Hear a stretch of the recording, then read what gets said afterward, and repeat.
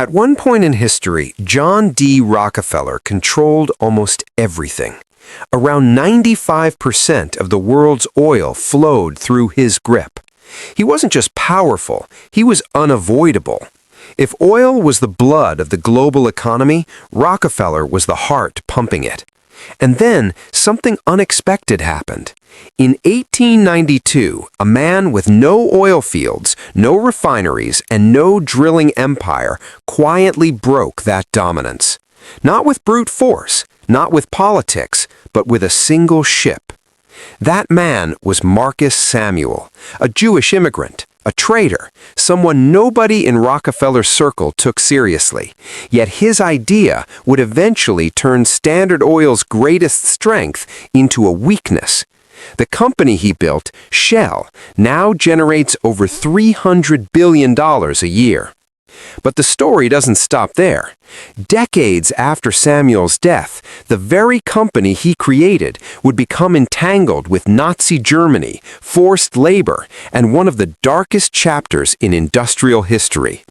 And understanding how that happened changes the way you see corporate power forever. To understand this, we need to rewind to the late 1800s. Oil had already become the invisible engine behind modern civilization. It powered factories, lit entire cities, moved ships across oceans, and fueled navies. Nations didn't just trade oil, they measured power through it. Whoever controlled oil controlled economies, militaries, and influence on a global scale. Most people assume oil empires were built by drilling wells and owning land, but that wasn't the real bottleneck. The real problem was movement. Getting oil from one place to another was slow, expensive, and dangerous. Transport alone could consume nearly a third of the final price. Whoever solved that problem didn't just lower costs, they gained leverage over the entire system. Marcus Samuel saw this before anyone else. He realized that oil didn't need a new source, it needed a better pathway.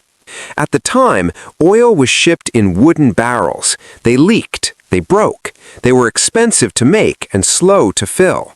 Trains had to stop repeatedly to collect small, inconsistent batches from refineries. Every step added friction, cost, and delay. Samuel understood that drilling wasn't the choke point, logistics were. Instead of chasing oil fields, he focused on efficiency.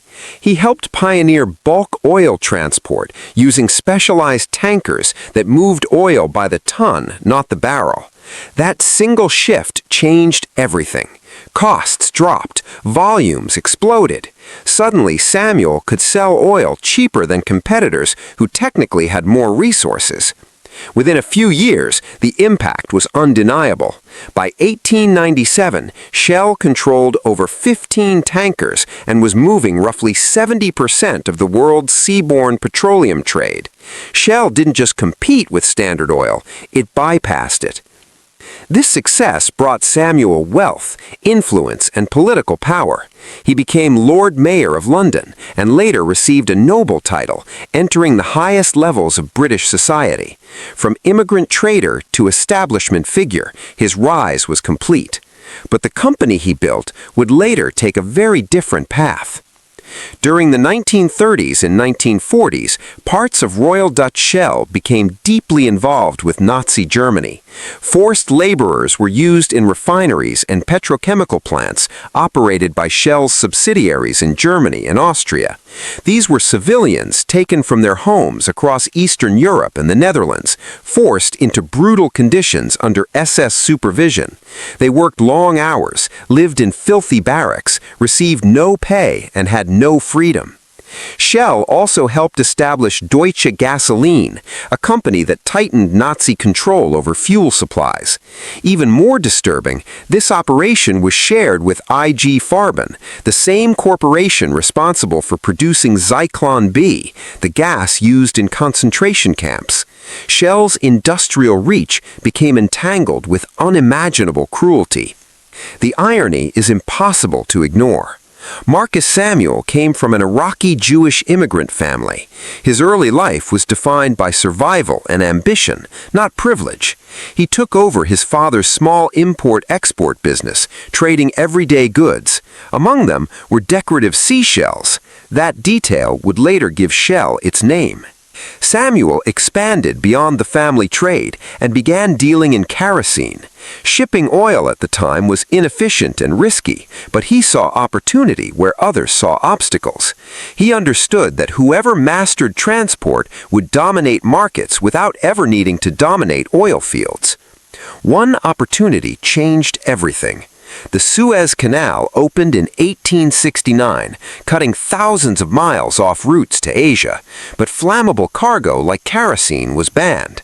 Samuel knew that if he could prove oil could pass safely, he'd unlock an unbeatable advantage. So he built a tanker designed with safety as the priority. The ship, Murex, met the highest standards and earned top ratings from Lloyd's of London. In July 1892, it passed through the Suez Canal carrying 4,000 tons of kerosene. That moment reshaped global oil trade overnight. Routes shortened, costs collapsed. Suddenly, Samuel could sell oil cheaper than competitors who technically had more resources. When Standard Oil retaliated, it did what monopolies do best. It slashed prices aggressively wherever Shell appeared. But Shell survived because its transport costs were lower. The margins hurt, but they didn't bleed out. Time stayed on Samuel's side. Then came Spindletop in Texas. Oil flooded the market. Prices crashed. Supply surged and vanished just as quickly.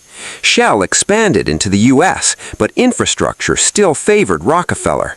Survival was possible. Victory was not. The solution came through alliance.